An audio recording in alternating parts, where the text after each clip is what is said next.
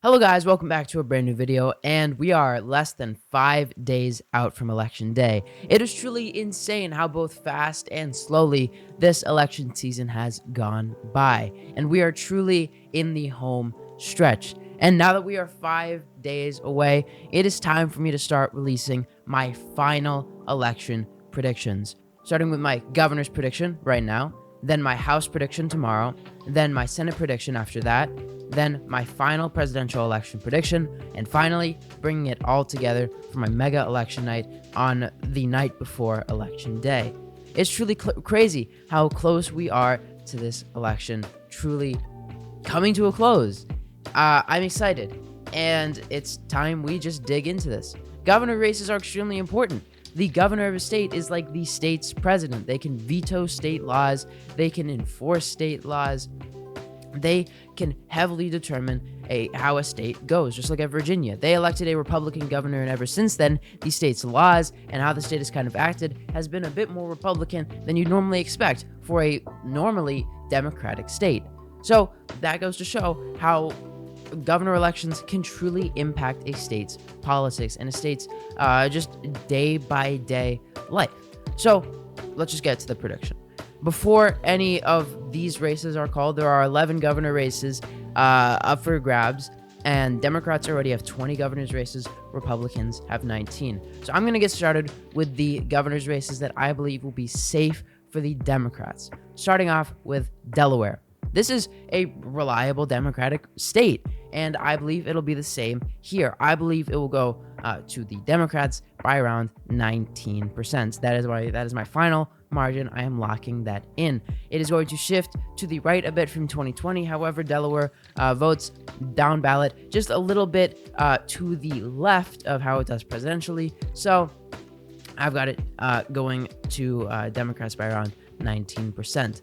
And the next safe state that I have for Democrats is an odd one, because it's not normally one that you'd remotely expect to be a safe state, but it is the state of North Carolina.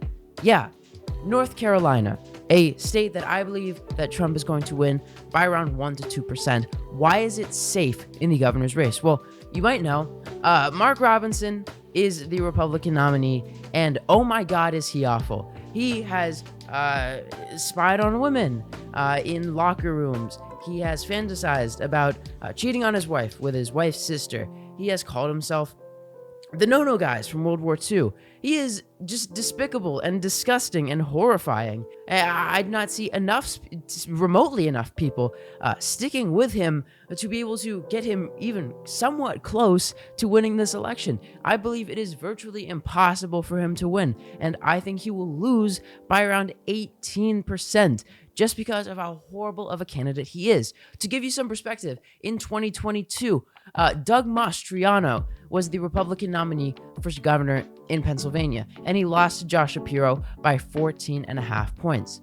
Now, Doug Mastriano is a Christian nationalist, which is pretty bad, but oh my God, it is so much better than Mark Robinson. I believe Robinson is going to do worse than Mastriano, and he is going to lose by a safe margin, although I can easily see him only losing by around like 12%, maybe 10%, but that's about it. I believe Josh Stein is virtually guaranteed to win this election, and I believe he will do it by around 18%. And that is it.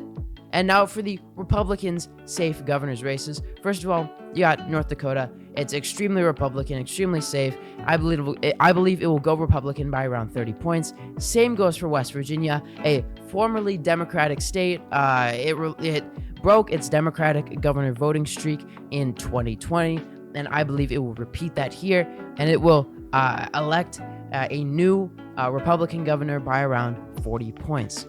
And the next safe state that I have for Republicans is the state of Utah. Now, the current incumbent, Spencer Cox, normally outperforms a lot, and he wins in Utah by around 35 to 40%. However, there is a third-party candidate who's actually running to the right of Spencer Cox, and he is going to split around like 5 to 10% of the vote from Spencer Cox. So I believe he only wins by around 25 points. I'll lock it in at around 27. I believe it will take some votes from Spencer Cox, but I do not think it will be enough. Next, I have Missouri. It is a hovering around 15, like R plus 15 state for Republicans, and I believe it'll be around that same margin for the governor's election. It is an open race, and yeah, I believe it'll be around R plus 15. If I had to lock it in, I'd say R plus 16. And the final safe governorship that I have for Republicans is, funny enough, the state of Vermont, a state that is normally super Democratic. When you think of Vermont, you think of Bernie Sanders and progressivism. So how is their governor a Republican? Well, their governor is Phil Scott. He is a liberal Republican, one of the last left in any kind of position of power across the entire country. And he is extremely popular there. He has like an 80% approval rating, which is ludicrous. And I believe he will win by around 40 points, as he is accustomed to in this state. It is truly insane how loved he is there. It's great. It's crazy. It's crazy. And I think he will win by around like 45%. Maybe 50. It depends, because there's going to be some polarization since it's a presidential election year, and I believe his margin of victory will go down a bit compared to 2022, where he won by 47 points. So I believe it'll be around 45 points, something like that. So that puts the Republicans at 24 governorships, the Democrats at 22. And now for the governorship that I believe Democrats will win by between 5 and 15%, and it is weirdly the state of Washington. Now, Washington is normally a pretty safe Democratic state. It is around D plus 20. So why is it under 15 here? Well, in open Washington governor's races, actually just down ballot with Washington, it tends to be a lot more Republican than it is for the president, and especially in open governor's races where it tends to be even narrower. I believe the Democrat will win by around 11 points here, 13 to 11. I'd probably say 11, maybe 12. And yeah, I think that will be the margin. Yeah. And now for the likely states for Republicans, starting off with Montana. It is another state that hovers around 15 points. Greg Gianforte, I believe, is the Republican governor, and he won by 13 points in 2020. I believe he will win by just under 15 this time around. I believe John Tester, who is the Democratic nominee for Senate, will bring out a lot of Democrats to turn out when they normally wouldn't in Montana, and I believe that will swing the state to the left a bit in other races that'll be on the ballot, and I believe Montana will be one of them, just barely keeping the race to under 15 points, especially because Montana is a lot bluer down ballot than it normally is up ballot. And the final likely state that I have for Republicans is the state of Indiana. Now, this one's a bit of a weird one because it is an open governor's race in a state that is normally in governor's races at least R plus 20.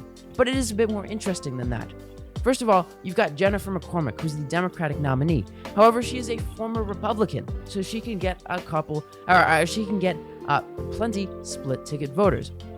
And then you've got a Libertarian candidate who got 11% of the vote in 2020, and he is running again. So I believe this race is a lot narrower than people make it out to be. I believe the Republican nominee, Mike Braun, will win by around 11 to 13 points. I'm going to say 12 points, just because of the sheer partisanship of Indiana. However, it'll be a bit closer than you'd expect for the state of Indiana. And that puts the Republicans at 26 governorships to the Democrats' 23. And we've got one state left. That kind of shows how not competitive the governor's races are, which is why I decided to have them be first in my final predictions for the 2024 election cycle. And because we have one competitive governor's race. It used to be two with North Carolina, but after those Mark Robinson scandals, where you've got his like staffers resigning and everyone resigning, it's not even going to be close. New Hampshire is going to be the only close governor's race, and it is an absolute toss-up. New Hampshire state politics, actually just New England state politics, is really weird, and you can see that by Vermont being R plus 45 in this prediction. I believe New Hampshire's governor's race could be anywhere from R plus 10 to D plus 10, literally anywhere in between of that. But looking at a lot of the polls that have come out, I believe that the Republican nominee, Kelly Ayotte, has the absolute slightest edge. I believe like, on average, she probably wins by a lean margin. Just because I've seen a lot of the polls come out. I believe there was one by Emerson College, which had it as, I believe, an R plus like 4 race. It was a lean R race. And I believe that will hold a lot of water. The Republican nominee, Kelly Ayotte, is a great nominee. She was the former senator, I believe, and she has a lot of great name recognition. And although New Hampshire is a Democratic state, I do believe that she will just barely be able to pull it off. However, I would not be surprised if Joyce Craig pulled off the upset, because it is New Hampshire state politics where anything can happen. And I truly think that this governor's race is a toss-up. But if I had to give it to someone, I believe Kelly Ayotte would win by around 3 points. So this is my final governor prediction. Democrats stay at 23 seats to the Republicans' 27. There are 0 flips, although there could seriously be one in the state of New Hampshire, and we will just have to see. Thank you guys so much for watching this video. Tomorrow, I will be posting my final House prediction. Thank you for watching. I will see you in the next one. Have a good one. Bye.